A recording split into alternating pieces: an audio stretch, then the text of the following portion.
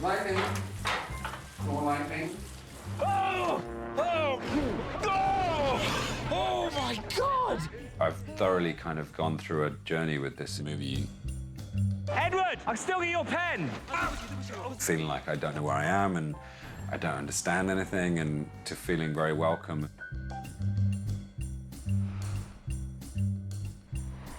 Hector, I get it. If you're gonna do this, make it worthwhile. I mean it. Cut, very nice. It's a joyous film. I mean, it's a film exploring what it means to be a human being. Hey, I'm in Africa.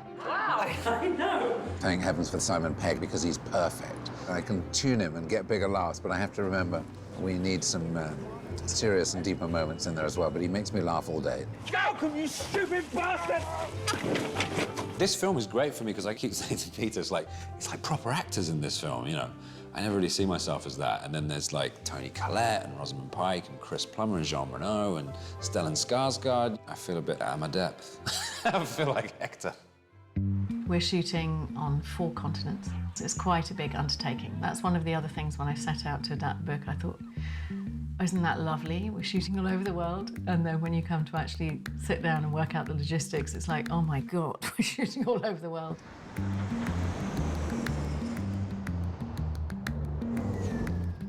Are we ready? Here we go, and action! Hector's office is a very posh London office, which we've shot here in Vancouver. There's a lot of clues in Hector's office, a lot of harbingers of what's to come. It's all about travel and adventure and boyhood sort of fantasies. We have a character who becomes really the 5-year-old going on an adventure, convinced that somewhere out there he is going to find that magical key that will solve everything. And of course, there is no such thing. It's an inside job. China.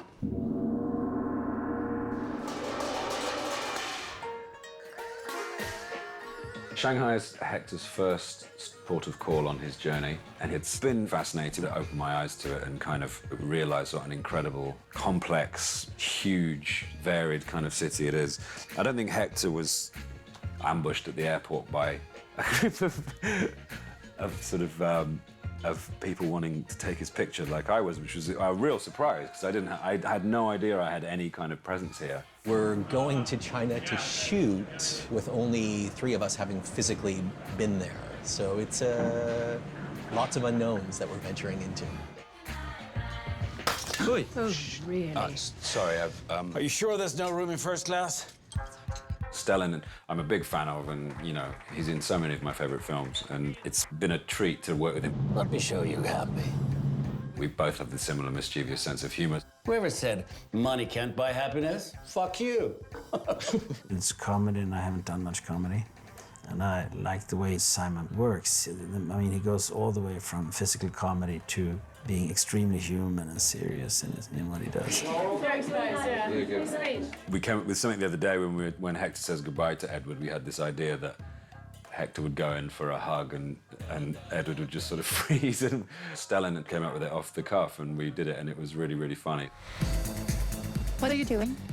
I know Peter Chelsom had a real clear idea for Yingli, and I think he really scored a bullseye with Mink. She has a real innocence about her. A lot of people think happiness means being richer or more important. Do you believe that? My name is Ming Zhao, and I was originally born in China, down in Hulan, where I was born, and further down south, right above Canton province, where a place we eat very spicy food. The search for happiness, is it right here in your smile? It's my first feature film, and I just can't describe how lucky I feel I am right now. She is also unspeakably beautiful as well, which is always nice to work with. As we go, there is a misunderstanding. Your friend paid for last night. Who's paying for today? It's an interesting thing to slap Hector with at the very beginning of his journey. But you seem so real. You tricked me. You tricked me!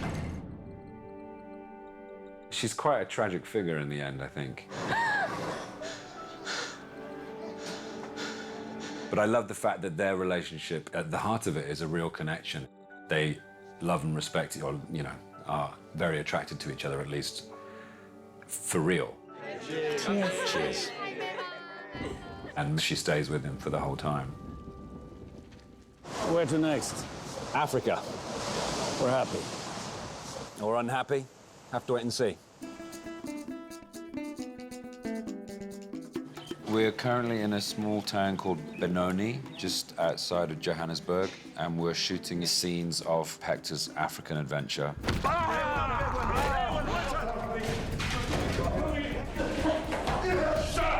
And it was a lot of shouting and crying. I'm researching the state of happiness! Bullshit! But when he's in prison, he reflects on all the things that are on his mind, and Clara is a big part of that. So I think his attitude that night was, as he calls it, a case of the fuck-its. One final request, I promise. Would one of you gentlemen mind just making sure this gold pen finds its way back to my dear friend, Diego Barresco? I'm alive!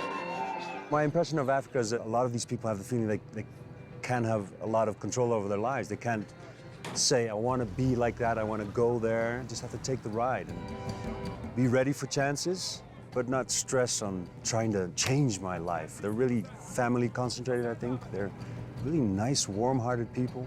Chef coming through, chef with a severe case of the solids. Hector knows what it's like to be alive because he comes so close to death.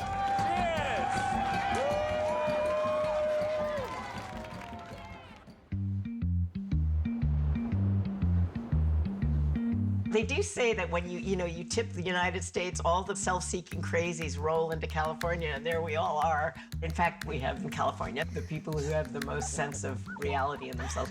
We have the two characters who seem to have the most comfort in their skin. You have the Agnes character, who in some ways must have had her heart broken by Hector.